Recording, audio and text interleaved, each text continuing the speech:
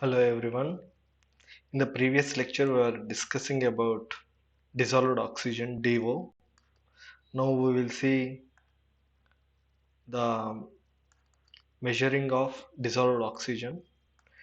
DO can be measured by DO can be measured by Winkler's method. Okay, DO can be measured by Winkler's method. This is a very important point. In many examinations, it has been asked for one more question. Let's see how we will find out the dissolved oxygen present in a water sample using Winkler's method. For this, first you have to take 300 ml sample container. This is just a rough diagram. Let's say the capacity of this container is 300 ml. For this, you need to add alkali iodide azide. For this, you need to add alkali iodide azide. You need to add 2 ml of this solution, and along with this you need to add magnus sulfate. This is also 2 ml. After adding these two chemicals, if you are able to see white precipitation, if you are able to see white precipitation, then no DO is present. It means dissolved oxygen is absent in this water sample. But if you are able to see brown precipitation, then it indicates DO is present. If you are seeing white precipitation, here you will stop the process and you will write in the report as no DO is present. But if you see the brown precipitate, you have to continue the procedure. Since you know the dissolved oxygen is present in water, you should have to find the amount of dissolved oxygen present in that water. For that, what you have to do is, to this brown precipitation, you have to add H2SO4, concentrated H2SO4. The reason for adding concentrated H2SO4 is to convert the precipitation into a solution, you have to add concentrated H2SO4. Okay, so once you add this one, the total solution will turn into golden yellow color. Golden yellow color. You will get a solution in golden yellow color. Such solution you have to take 200 ml sample. After forming this solution, you have to take 200 ml into a sample container. Okay, to this you you have to find the amount of dissolved oxygen using titration method. So you are going to take 200 ml sample in conical flask, and you have to take a titrant in burette. You have to take a titrant in burette. What is the titrant? Hypo solution. In other words, sodium thiosulfate. Sodium thiosulfate. You have to take this hypo solution with 0.025 normality. 0.025 normality. Why I should take this much normality, I will tell later. So when you are using titration method, you need to have a titrant. At the same time, you need to have a indicator. In this, we are going to use starch solution as a indicator. So after adding indicator to the container, you will start the titration process. And if the color turns to blue to colorless, if the endpoint is coming like blue to colorless, you have to stop whenever the solution is turning into colorless. So here you have to see what is the amount of titrant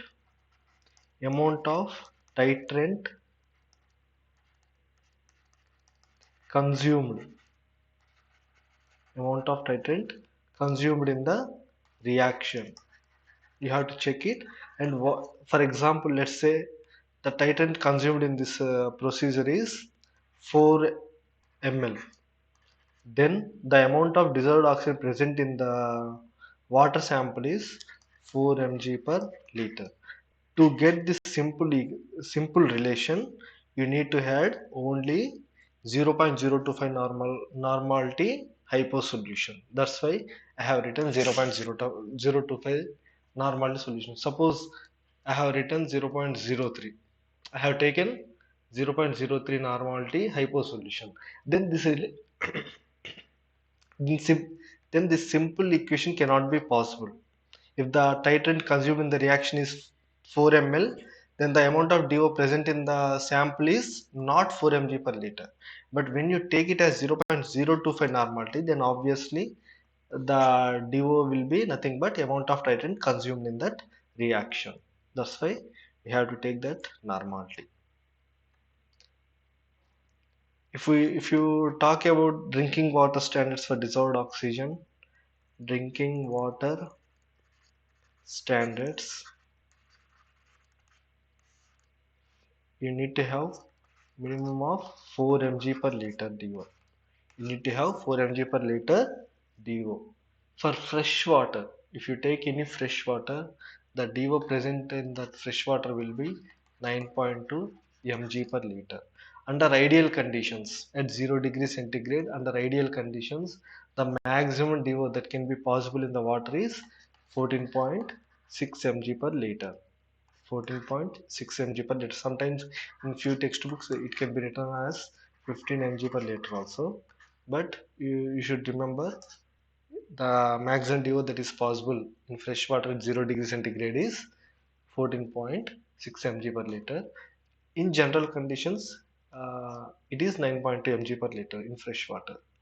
Okay, right.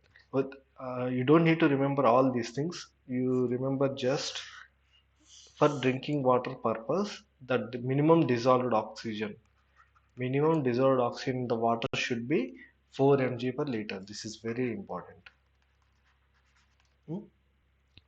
Okay, this is all about dissolved oxygen. Now let us see fluorides. Fluorides in water. Generally, fluorides enter into water when the water is passed through the feldspar mineral deposit.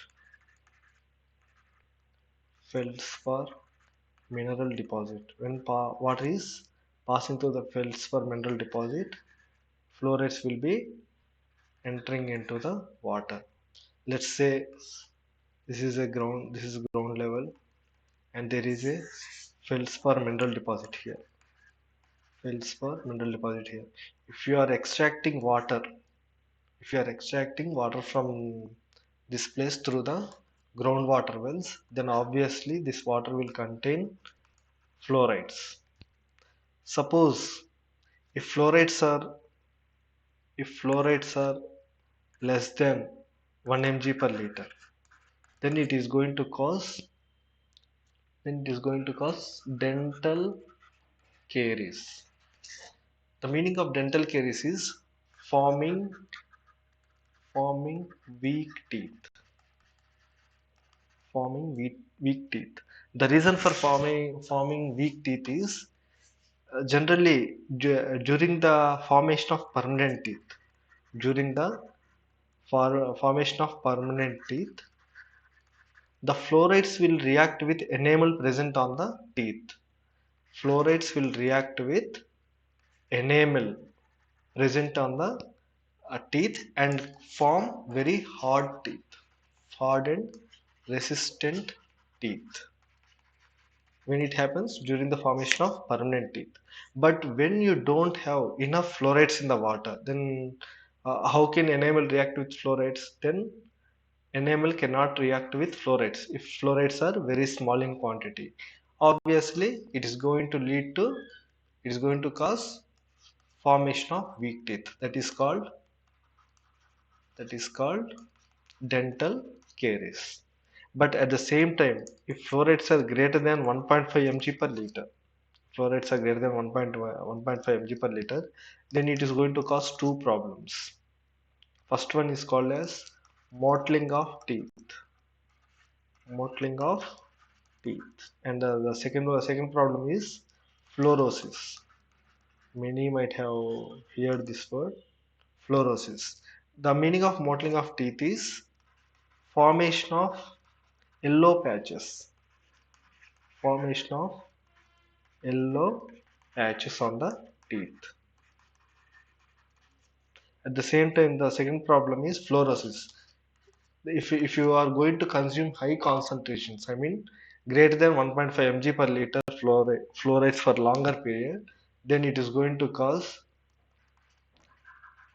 dental fluorosis and skeletal fluorosis. Skeletal fluorosis. Dental fluorosis means formation of weak teeth, and skeletal fluorosis is formation of weak bone structure. If you consume more than 1.5 mg per liter, so that is why whenever you see the drinking water standards, the fluoride should be always greater than, sorry, fluoride should be greater than 1 mg per liter but less than 1.5 mg per liter for drinking water standard. For drinking water standard, this is very important. For drinking water supply, you need to have fluorides of greater than 1 mg per liter and less than 1.5 mg per liter. And if you want to find the fluorides in water, you need to use colorimetry. Fluorides in water can be estimated by colorimetry colorimetry using zirconium spadens. Using zirconium spadens. The intensity of color is going to give you the amount of fluorides present in the water. The intensity of color indicates amount of fluorides present in water. Fluorides in water. Okay, if the color is more intensity, then the fluorides will be more. Okay, this is all about fluorides. Now let us see nitrogen compounds. Nitrogen compounds. Generally, nitrogen compounds will be present in four forms in the water, in the contaminated water. The four components are ammonia nitrogen, ammonia nitrogen. It is also called as free nitrogen, free nitrogen. And the other one is organic nitrogen, organic nitrogen. This is also called as albuminoid nitrogen, albuminoid nitrogen. The combination of these two is called as Geldal nitrogen. This is also very important bit. Geldal nitrogen. The combination of both ammonia nitrogen and organic nitrogen is called as Geldal nitrogen. Very important. Remember it. Third one is nitrites. Fourth one is nitrates. These are the four forms of nitrogens that will be present in the water. So if you are able to identify the nitrogen compounds in water, then you can assess the quality of water, and you can assess the uh, type of pollution and what is when the pollution has happened in the water. I mean, suppose for example, we have seen the presence of ammonia and nitrogen in water. It indicates that the pollution in the water has recently happened. Recent pollution. That water is recently polluted.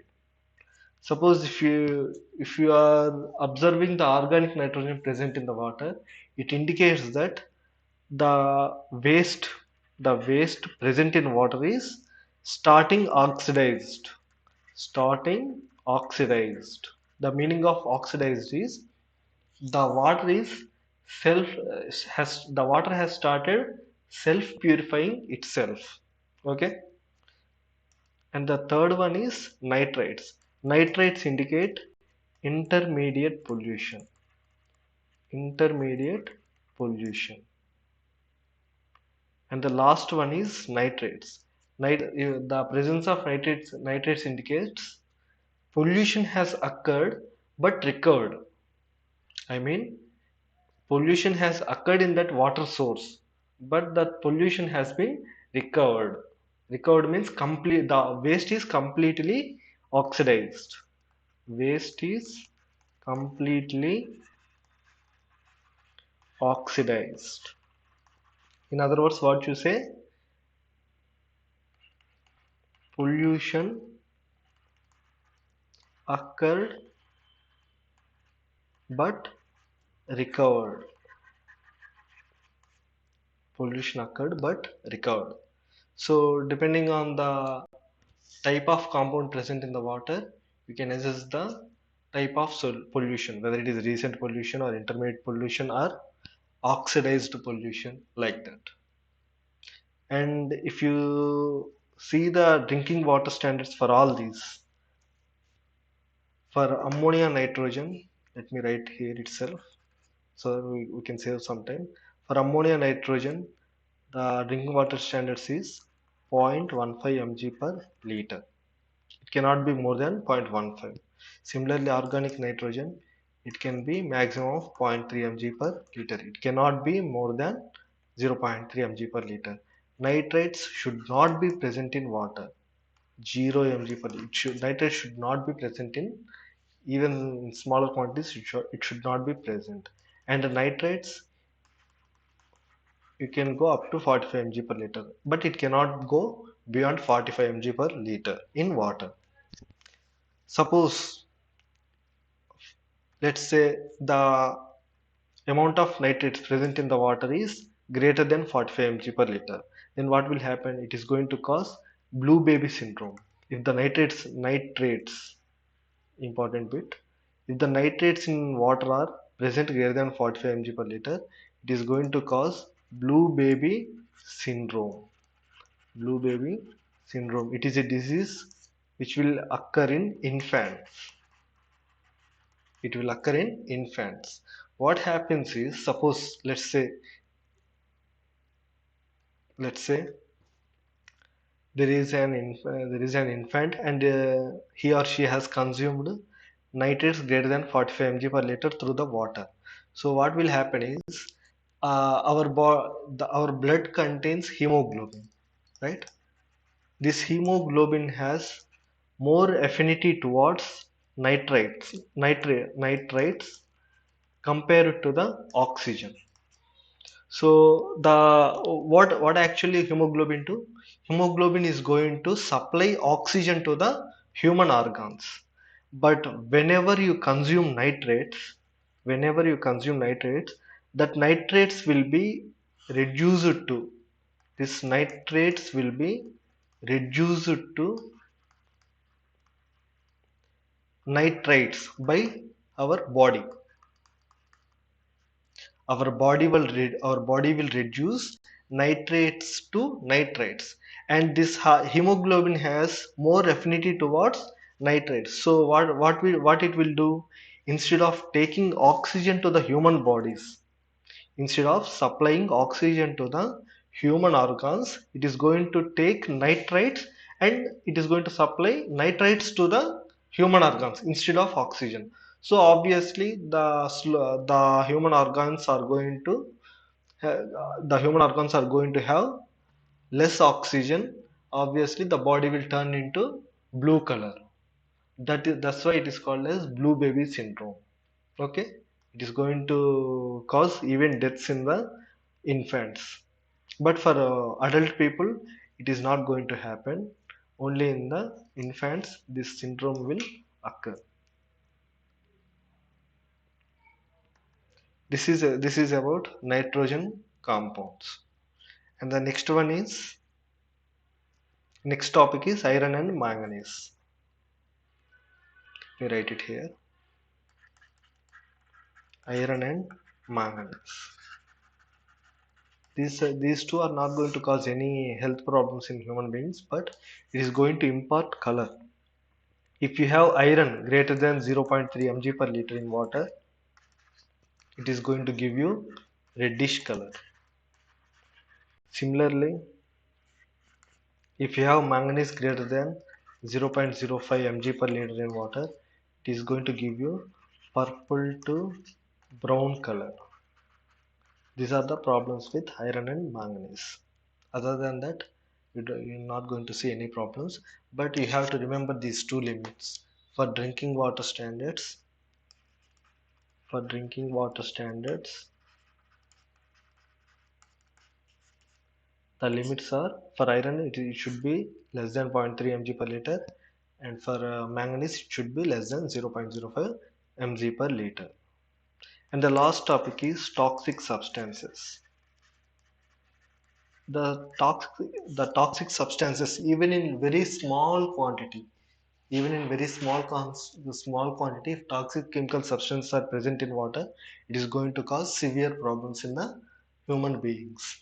Severe problems in the sense it is going to cause destruction of central nervous system, destruction of central nervous system, and it is going to destroy the blood cells and also blood vessels,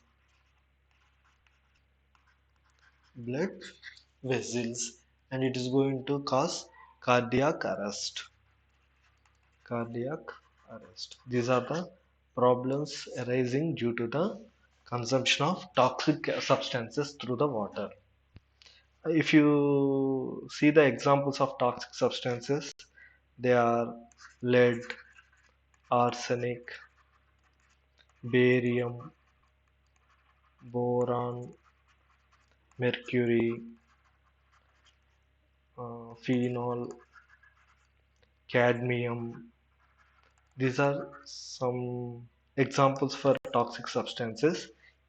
If you consume them even in smaller quantities, it is going to cause severe problems in the human beings. Better to remember the names at least. For each and every substance, you will have drinking water standards, but it is very difficult to remember for each and every one. Better to remember at least the names. What are the general toxic substances that could be present in the water? Examples are lead, arsenic, barium, boron, mercury, phenol, cadmium. Okay, remember those points. That's it. This is all about chemical water quality. In the next class, we are going to see biological water quality. If you remember why we are studying all this, we are studying physical water quality, chemical water quality, and biological water quality. All these are classification of impurities. Classification of impurities based on state of matter. If you remember from the first lectures, the testing of water will be based on classification based on state of matter. The treatment will be based on size of impurity and nature of impurity. Based on size of impurity, impurities are three types: suspended, colloidal, and dissolved. Similarly, based on nature of impurities, there are two types: organic, inorganic. The third classification is based on state of matter. They are physical, chemical, and biological, and we are studying all these three.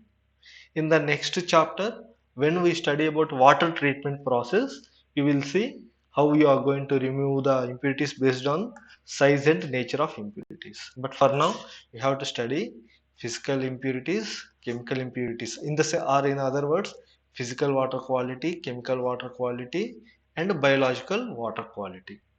Okay, thank you.